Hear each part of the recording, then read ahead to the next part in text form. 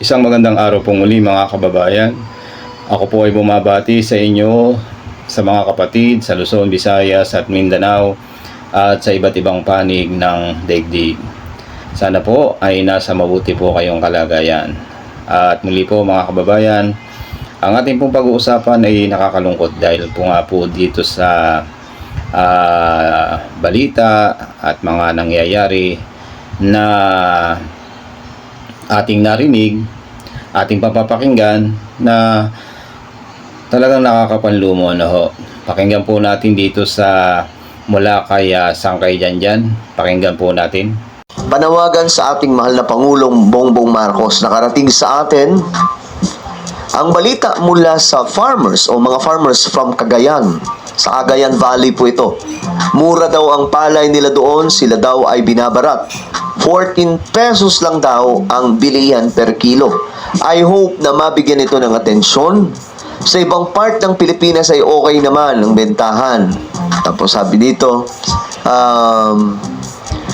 sa Cagayan at Isabela at iba pang mga lugar, mga sangkay, na mga problema sila sa pambabarat ng kanilang mga pinagpagurang sakahan, mga palayan, mga sangkay.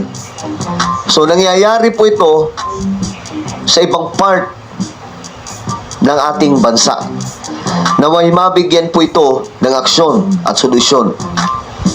So, ngayon, nakakalungkot mga sangkay na ito po ay nangyayari.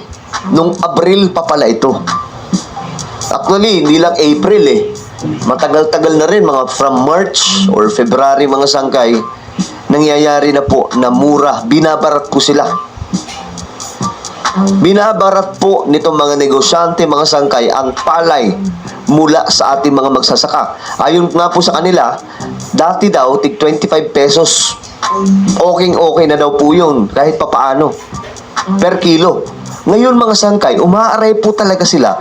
Kasi nga 14 pesos, I remember mga sangkay, kahit yung kopra.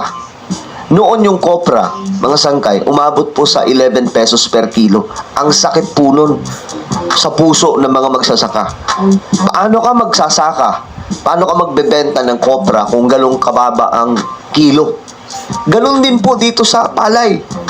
Kasi ito mga sangkay, sa mga farmers, lalo-lalo na po may mga malalawak po talagang palayan. Pag umaani po sila, sako-sako po yan mga palay. Tapos may umaangkat po dyan. May kumukuha.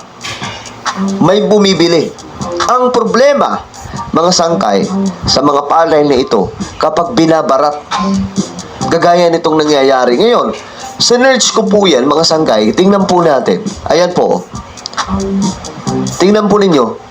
Mismo mga pro-government ngayon ay nananawagan na kay PBBM at sa Department of Agriculture Philippines. Please, gumawa kayo ng aksyon kasi nga po hindi po natin alam kung pinagtitripan itong mga to nitong mga negosyante na binibili po ng murang-mura ang kanilang mga palay. Ayan o, kagaya po nito. Ito ay pro-government pero sabi po niya, shout out sa Department of Agriculture, especially to Sec Kiko Chu Laurel. Sabi dito, ilang beses na ako nakakatanggap ng mga hinain ng farmers sa Nueva Ecija at ngayon naman sa Cagayan na ang bilihan ng palay sa mga magsasaka ay nasa 14 pesos per kilo na lang. Noong nakaraang buwan, 16 pesos daw. Pababa naman ata ng husto. Pakitulungan po sila at baka may mga traders na namang nagsasamantala sa ating mga magsasaka. Maraming salamat po. Yun nga po ang nangyayari. Itong mga negosyante, mga sangkay, mga traders na ito, sinasamantala yung mga magsasaka. Nakakadurog ng puso, guys. Hindi po natin alam kung gaano kahirap na umani ng palay. Ang tagal ng proseso niyan. Ilang buwang pinaghirapan. Tapos bibilhin lamang po tig 14 pesos per kilo ang palay nila. Ayan o, sana po sir, mabigyan pansin ng mahal na PBBM ang presyo ng palay. Sa Cagayan, 14 pesos lang po per kilo. Luging-lugi po yung mga farmers sa presyo. Salamat po. Di ba mga sangkay? Nakakalungkot po ito. Sana mabigyan po ng aksyon ng ating mahal na Pangulo. Ngayon, ito, noong April, binalita na rin pala ito, kalagayan ng mga magsasaka sa Nueva Ecija, kung saan 14 pesos per kilo lamang ang bili ng kanilang mga palay. Sa Gapan City, natuklasan din ang monopolisasyon sa bilihan ng palay kung saan naging kasabuat. Ito, mga sangkay, may mga ano pa. May mga politiko pa ba? Ito mga rice traders, mga ano to ha? Mga negosyante. Pambihira, mga politiko yung mga kasabwat. Lak ng toko mga sangkay. Sinasabing 14 to 16 pesos kada kilo ang bili ng mga pribadong negosyante sa aning palay ng mga magsasaka. Samantala, ang NFA ay namimili sa halagang 24 kilo, subalit hindi pa naaabot ang 5% na target nitong bilhin mula sa lokal na produksyon. Susana ang bumili nito. NFA na po. Kawawa yung mga magsasaka, pinagtitripan nitong mga pribadong negosyante ang kanilang mga aning palay. Itong mga rice traders na may mga kapit na mga politicians. Ngayon, tingnan po natin. Taga po. Taga saan po kayo? Santo Domingo po. Sa Santo Domingo. Kumusta po ba lakad natin? Naku po, naiyak po ang mga taong magkasaka doon. Bakit po? Kumusta po ngayon? Kasi po, ang presyo po ng palay, katulad po namin, tumali po kami ng 78 kaban. Pinili naman ng 14 pesos isang kilo. 14 pesos lang talaga. Ito pala yung 24 pesos ng 2 kilo. Ano po yun? Bagong ani? Bagong ani po, galing bukid. Galing po. Ano po pangalan po?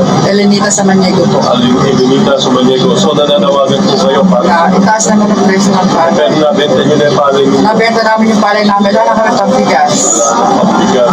Ilang buwan po yung 6,000 lang po. 6,000. So, bali, magiging kalating tada yun. Maganda-ganda na sana, ano? Ito na po sana yung ani namin. Kaya nga lang, yung presyo ng palay, kulang pa sa puhunan. Oo, lampas na yun sa ano. Dahil ang puhunan po namin, inuutang lang po namin ng 30% per 3 months. Oo, magkano po nag-asis yung punan doon? Kung nagagano pa? 45. 45. Ang napagbilan, naku, ilang kilo kaya yun? Ay, ang nakapili na po namin halos ay nasa 51 lang. 51. Naku, di 40 lang.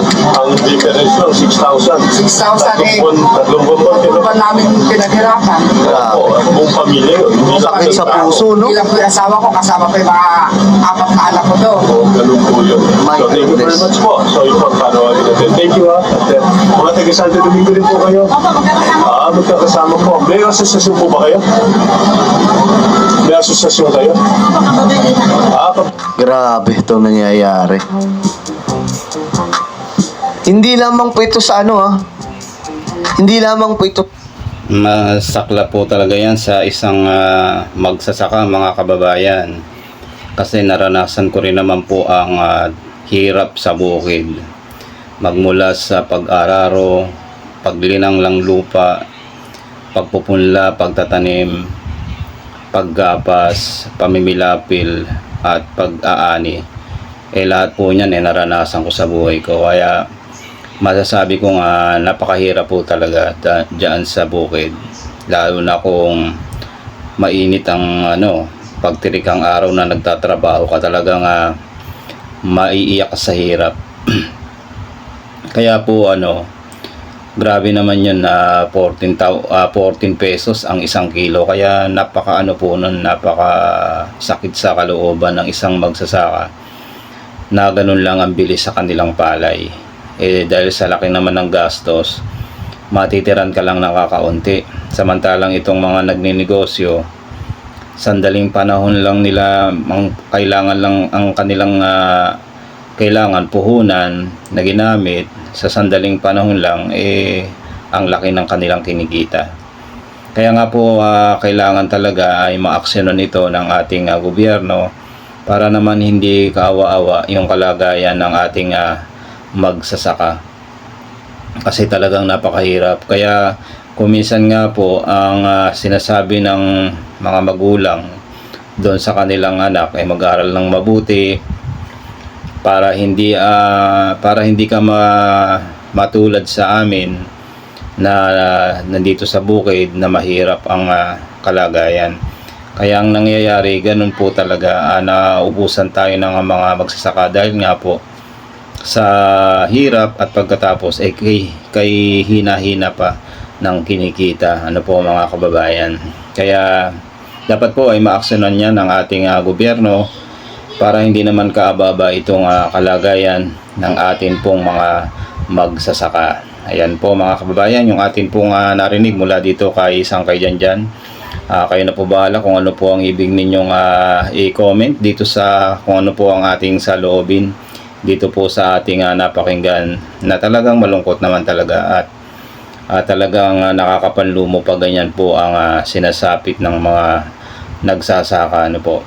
Kaya ganyan po muli mga kababayan, salamat po sa inyo pong pakikinig dito po sa aking munting channel. At muli po, gaya ng aking sinasabi, sa araw-araw po na lumilipas sa ating buhay, sa ating paggawa, huwag po nating kalimutan na magpasalamat sa Diyos na lumalang. Bye-bye po.